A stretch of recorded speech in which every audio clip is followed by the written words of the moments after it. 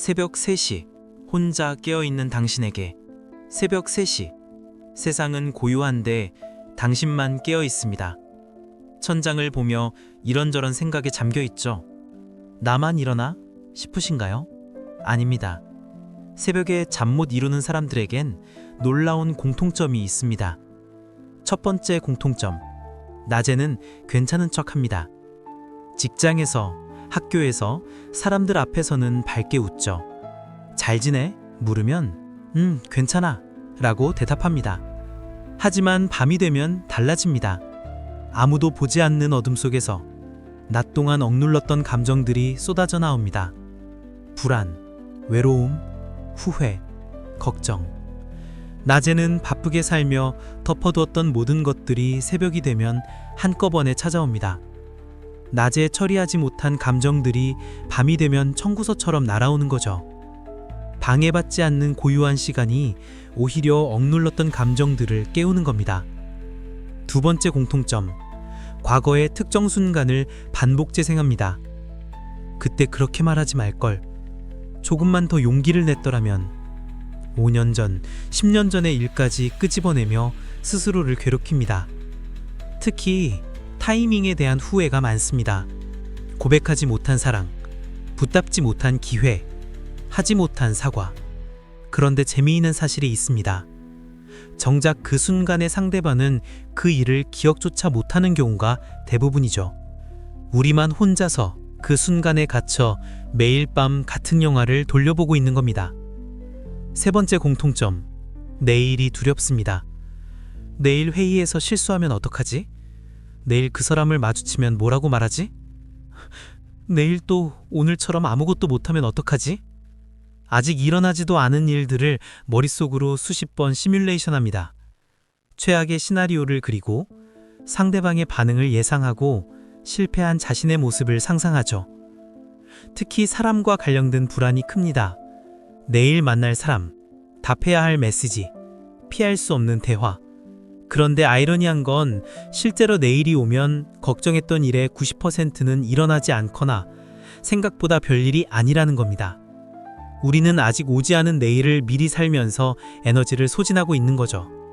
네 번째 공통점, 스스로에게 너무 엄격합니다. 오늘 하루도 아무것도 못했어. 다른 사람들은 다 잘하는데 나만 못해. 자기 전 하루를 돌아보며 해낸 것보다 못한 것들만 셉니다. 10가지를 성취해도 한 가지 실수만 기억하죠. 칭찬 10개는 잊어도 비난 1개는 평생 기억합니다. 이런 사람들의 공통점은 뭘까요? 남들에게는 친절하지만 자기 자신에게만큼은 가혹합니다. 친구가 실수하면 괜찮아, 누구나 그럴 수 있어 라고 위로하지만 자신이 실수하면 나는 왜 이런 것도 못해? 라고 자책합니다. 다섯 번째 공통점, 혼자만의 시간이 필요하지만 동시에 두렵습니다. 낮에는 사람들과 함께 있으면서도 혼자만의 시간이 필요해 라고 생각합니다. 그런데 막상 밤이 되어 혼자가 되면 너무 조용해서 견딜 수 없어집니다. 그래서 잠들기 전까지 유튜브를 보거나 넷플릭스를 켜거나 휴대폰을 계속 만작거립니다. 조용함이 두려운 이유는 뭘까요? 조용해지면 자기 자신과 마주해야 하기 때문입니다. 아무 소리도 없으면 마음속 목소리가 너무 크게 들립니다. 여기까지 보신 분들께 말씀드리고 싶은 게 있습니다.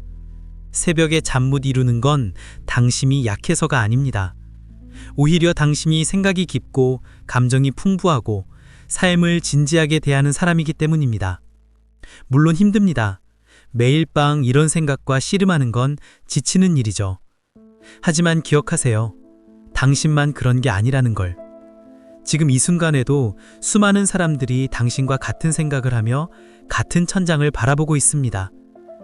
그리고 한 가지 더. 새벽의 생각들은 진실이 아닙니다. 그건 그냥 피곤한 뇌가 만들어낸 과장된 이야기죠. 아침이 되면 모든 게 조금 더 명확해집니다. 햇살이 들어오면 생각도 가벼워집니다. 그러니까 새벽에 내린 결론으로 인생을 판단하지 마세요. 잠들기 전 스스로에게 이렇게 말해보세요. 오늘도 하루를 살아냈어. 잘했어. 완벽하지 않아도 괜찮아. 내일은 또 다른 하루야. 당신은 생각보다 잘하고 있습니다. 정말로요. 이 영상이 공감되셨다면 좋아요와 구독 부탁드립니다. 댓글로 여러분의 새벽 이야기도 들려주세요. 우리 함께 이 밤을 견뎌내요. 편안한 밤 되세요.